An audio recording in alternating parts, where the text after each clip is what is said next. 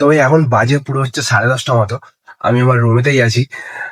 তো আজকে নাকি সকাল থেকে দেখতে পাচ্ছি ফোনেতে, কাল থেকে দেখতে পাচ্ছি আজ নাকি চন্দ্রগ্রহণ হওয়ার কথা হয়। আর সেটা আরম্ভও হয়ে গেছে, মানে পুরো হাফ চাঁদ অলরেডি ঢেকে গেছে।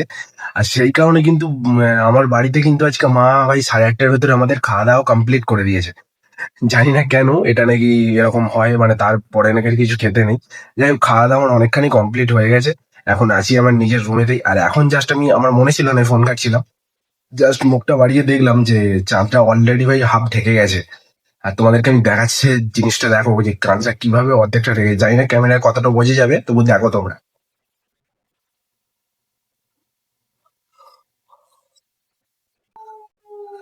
ঢেকে গেছে ভাই পুরো হাফ।